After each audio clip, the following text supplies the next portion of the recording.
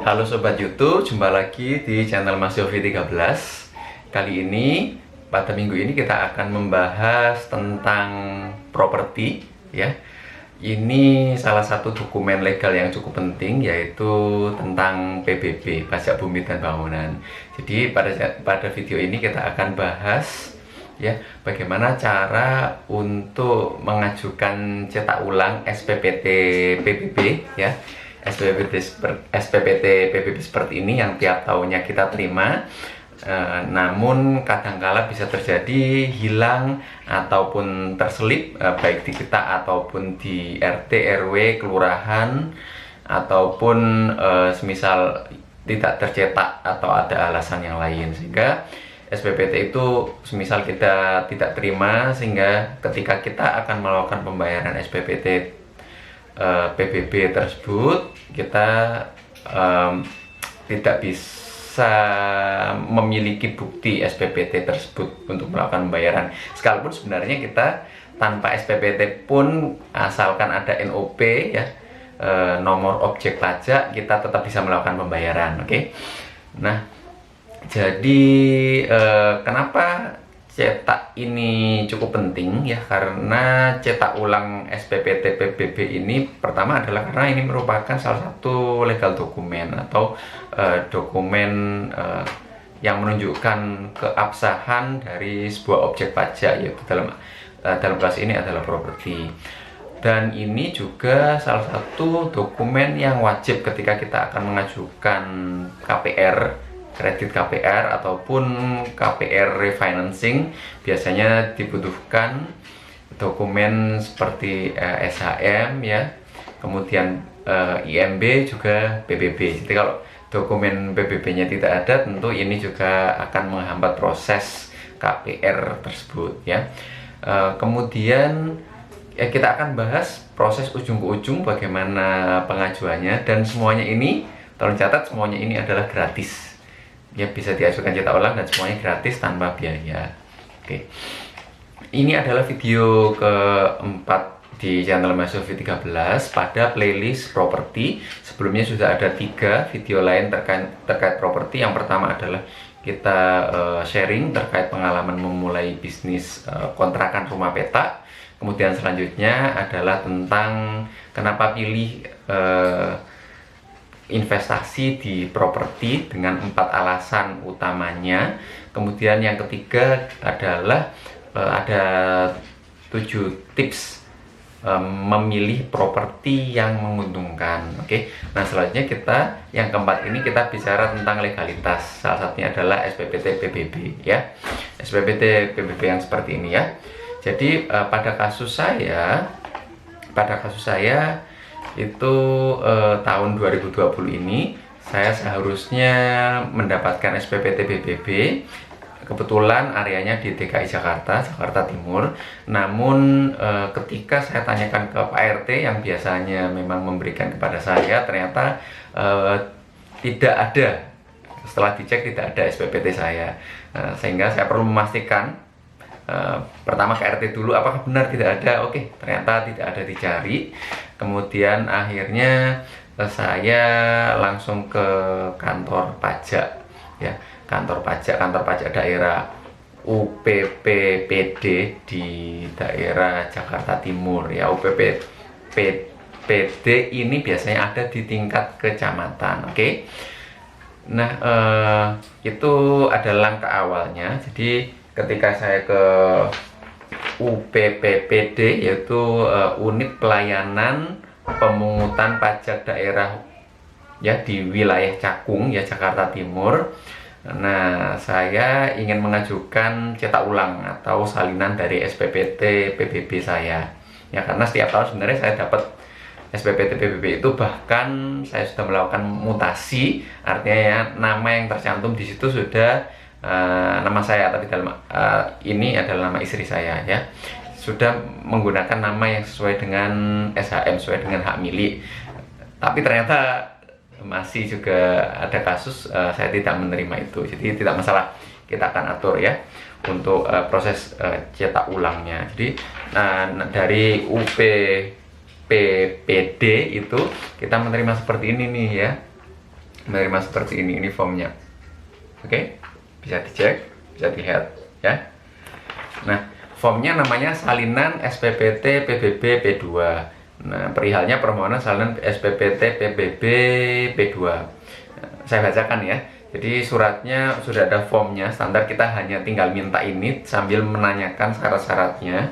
Jadi tujukan kepada Kepala Unit Pelayanan Pemungutan Pajak Daerah Wilayah Cakung UPPPD Wilayah Cakung di Jakarta. Dengan ini saya mengajukan permohonan salinan objek pajak PBB ya, tahun pajak 2020, nama wajib pajak ya, kemudian alamat wajib pajak, alamat tinggal wajib pajak, kemudian nomor objek pajak atau NOP, diisi sesuai dengan yang tercantum di PBB, bisa dicek pada SPPT PBB tahun sebelumnya. Kemudian alamat letak objek pajak, nah kali ini adalah alamat properti kita, RT RW, kemudian kelurahan, kecamatan, juga luas bumi dan bangunannya berapa. Nah, sebenarnya semuanya ini sudah ada di form SPPT PBB pada tahun sebelumnya. Kalau kita lihat, kita tinggal mencantumkan aja di sini di formnya.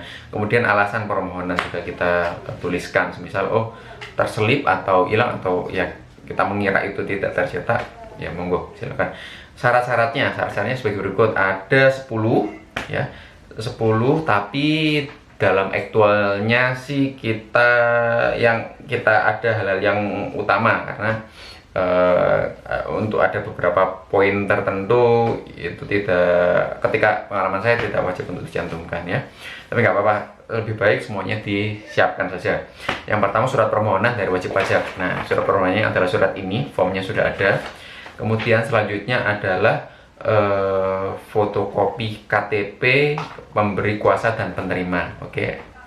Nah, kemudian ya fotokopi KTP ya, maupun KK disiapkan aja. Kemudian surat kuasa di atas materai dan fotokopi KTP yang diberikan kuasa.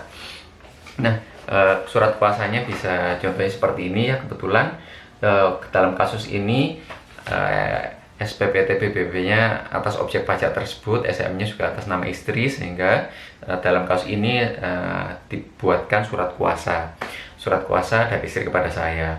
Jadi bunyinya seperti ini, simpelnya ya. Ini contohnya, oke. Dan di atas materai 6.000, oke.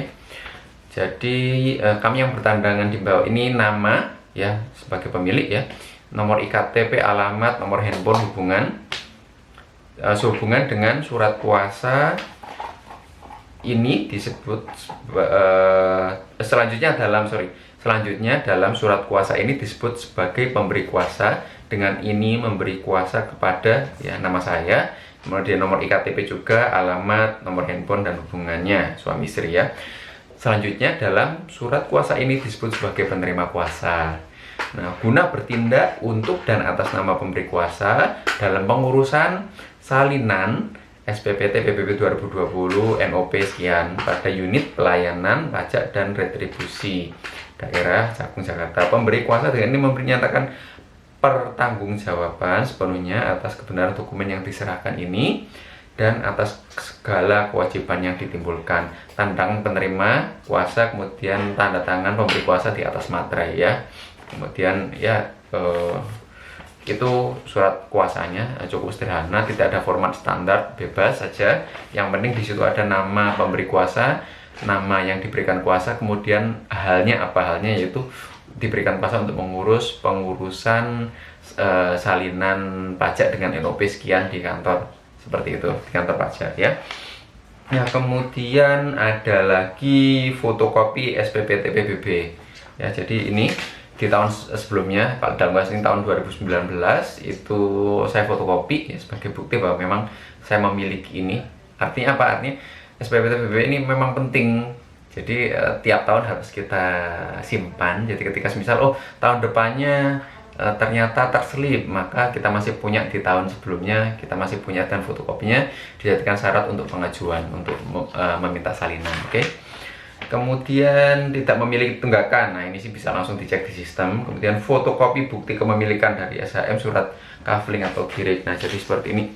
Nah, dalam kasus ini saya memiliki SHM ini, jadi SHM ini ya tinggal difotokopi aja secara keseluruhan, dan di situ jelas nanti akan dicek namanya, apakah namanya sesuai dengan nama pemohonnya, yang di situ ada nama terbarunya maupun nanti dicek nama di SPP TPP-nya harus sama. Oke.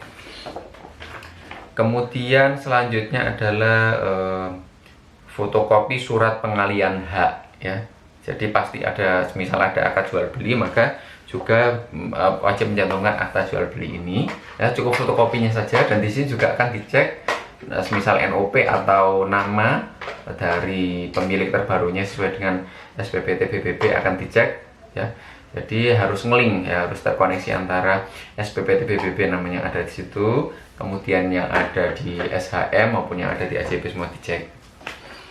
Kemudian selanjutnya adalah fotokopi BPHTB. Nah, dalam kasus ini kemarin sih tidak ditanyakan ya. Surat pernyataan keaslian dokumen bermaterai. Nah, ini disiapin aja juga ya. Kemudian surat PM1 dari kelurahan ya. Kemudian tanda tangan pemohon. Nah, jadi setelah saya mendapat informasi bahwa dari RT tidak ada PBB saya, maka saya datang ke UPPPD ya di kecamatan. Nah, kemudian dapat form itu ya, kemudian saya juga harus ke kelurahan karena itu harus ada yang namanya PM1 atau surat pengantar dari kelurahan bahwa memang ini dimaksudkan adalah untuk meminta salinan. Nah, biasanya untuk mendapatkan PM1 ini harus ada surat pengantar juga dari RT RW. Jadi penting untuk memiliki koneksi atau kenal dengan Pak RT-nya, kemudian dengan pengurus RW-nya ya. Normalnya adalah minta surat dari RT ya, kemudian ke RW, kemudian ke kelurahan. Nah, oleh karena itu seperti tadi penting kalau bisa, kalau dalam kasus ini saya cuma bermodalkan WhatsApp karena saya sudah kenal dan sudah memiliki koneksi, sehingga saya tinggal janjian saja. Bahkan syarat dokumennya, syarat dokumen itu adalah KTP, KK ya, kemudian scan SPP TPP tahun sebelumnya, itu semuanya saya kirimkan hasil scan-nya melalui WhatsApp saja. Saya kirimkan, kemudian meminta untuk surat pengantarnya hingga ke kelurahan, kemudian tinggal janjian saja kapan saya bisa ambil ya. Dan semuanya itu gratis, dan nanti akan dapat surat pengantar seperti ini contohnya ya. Surat pengantarnya dari kelurahan untuk dibawa ke kantor pajak ya. Saya bacakan contoh surat pengantarnya adalah yang bertanda tangan di bawah ini ya, menerangkan, yang bertanggal berarti Pak Lurah ya, yang memberikan tanda tangan dan stempelnya di kantor kelurahan. Nama lengkap yaitu nama pemilik properti ini, kemudian jenis kelamin, tempat tanggal lahir, agama, nomor KTP, pekerjaan, alamat tinggal, maksud dan keperluan. Nah, di sini dicantumkan bahwa berdasarkan SPP TPP tahun 2019 NOP sekian-sekian atas nama yang bersangkutan akan mengurus penerbitan kembali SPP TPPB P2 tahun 2020 di kantor UPP PD Cakung atau UPP RD Cakung. Demikian surat pengantar ini dibuat dan dapat digunakan sebagaimana mestinya. Nah, ini penting. Tanpa PM1 ini, surat pengantar ini dari kelurahan, ketika kantor pajak tidak akan diterima sekalipun, yang lainnya sudah komplit. Jadi sebenarnya tujuan dari surat permohonan ini adalah untuk memastikan bahwa memang kita ke kantor pajak sebelumnya sudah kita verifikasi dulu bahwa dari tingkat RT sampai kelurahan memang PBB-nya tidak ada. Ketika saya cek ke RT nggak ada, kemudian saya cek juga ke kelurahan juga tidak ada.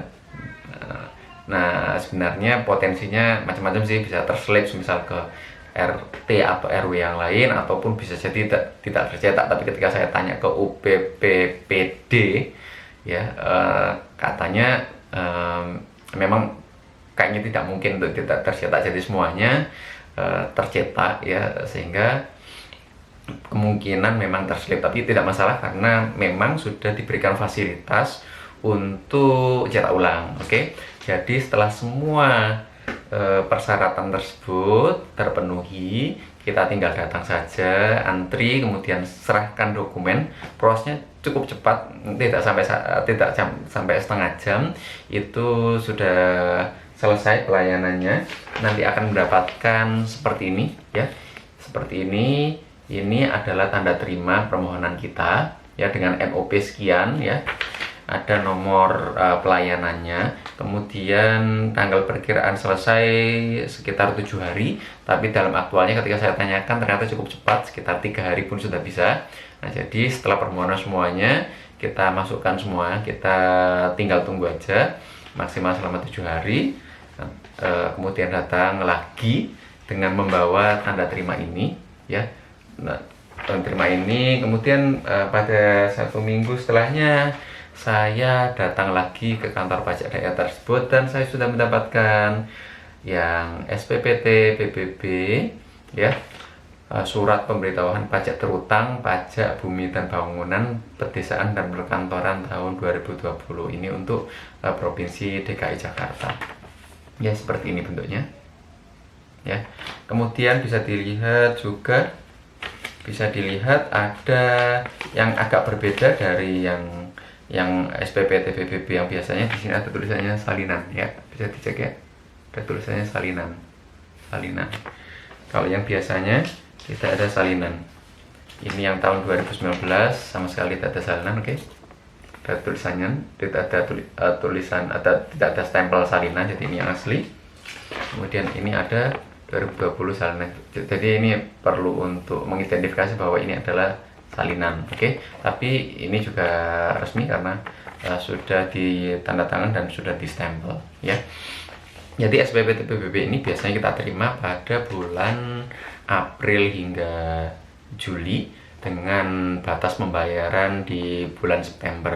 Nah, kebiasaan saya sebelum bulan itu saya udah kontak dulu by WA ke Pak RT karena kebetulan kenal. Pak RT minta tolong kalau nanti ada SPPT PBB tolong dikabari ke saya akan ambil ke tempat Bapak. Tapi ternyata tahun ini 2020 ternyata tidak ada, tidak terima. Jadi ya saya harus melakukan cetak ulang. Tapi tidak apa-apa karena semua itu asalkan kita tahu caranya, asalkan kita sudah biasa menghadapi birokrasi, dan apalagi kalau kenal udah dapat kontaknya tentu akan lebih mudah. Dan semua itu sebenarnya adalah gratis. Ini adalah pelayanan dari pemerintah untuk kita. Oke. Nah, dari salinan ini ya, untung sekali saya cetak salinan ini karena dari sini saya dapat mengetahui ternyata bumi bangunan untuk di daerah tersebut telah meningkat nilainya hampir 25%. Wah, cukup besar sekali, 25% kenaikannya dari tahun sebelumnya. Itu cuma 1 tahun naiknya cukup signifikan. Nah, kalau kita misal tidak cetak, maka kita tidak akan tahu NJOP-nya ya. NJOP-nya kita tidak tahu kan. Nah, atau nilai jual objek pajaknya kita tidak tahu. Jadi ini sangat penting ya. Jadi sehingga dokumen kita semuanya lengkap. Nah, kalau ada pertanyaan di DKI bagaimana, kebetulan ini harganya di bawah 1M ya, jadi sebenarnya 0 rupiah kita tidak perlu bayar sebenarnya. Tapi ya sekali lagi ini penting, kalau misal butuh untuk keperluan legalitas misal refinancing atau KPR, tentu ini dibutuhin ya, sangat penting untuk dibutuhkan ya. Meskipun kita tidak diwajibkan untuk membayar, kita simpan aja. Oke. Kemudian pertanyaannya ya, ini kan di DKI, kalau di daerah, di kota lain seperti apa? Jadi ini bukanlah pengalaman saya pertama kali ke kantor pajak. Jadi sebelumnya di properti saya yang lain di Bekasi saya juga mengajukan hal yang sama. Kalau di kota Bekasi kebetulan itu ada kantor Dispenda ya, Dinas Pendapatan Daerah, dengan form yang hampir mirip ya, mirip sekali. Kemudian syarat-syaratnya juga sama sebenarnya. Yang utama adalah identitas kita, kemudian legalitas bahwa memang kita memang memiliki hak milik atas objek pajak tersebut, dari SHM ya, AJB, BPHTB maupun PBB tahun sebelumnya gitu ya. Kemudian pengantar RT RW, kelurahan ya, semuanya itu sama sebenarnya. Nah, ketika saya ajukan dalam kasus ini di Kota Bekasi adalah untuk mutasi ya.